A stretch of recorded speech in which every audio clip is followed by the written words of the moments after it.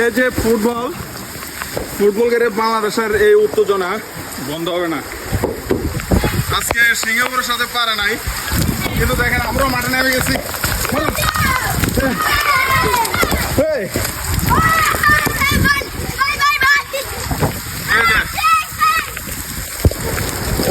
গোলেতে মাঠে সব জায়গায় ফুটবল ছড়াই পড়ছে।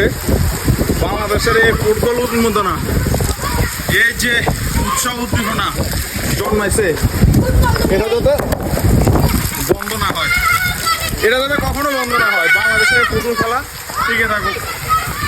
আজকে সিঙ্গাপুরের সাথে পারা নাই, তো কি হয়েছে, সামনে পারবে।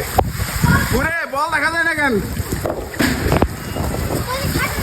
কান চলে গেছে।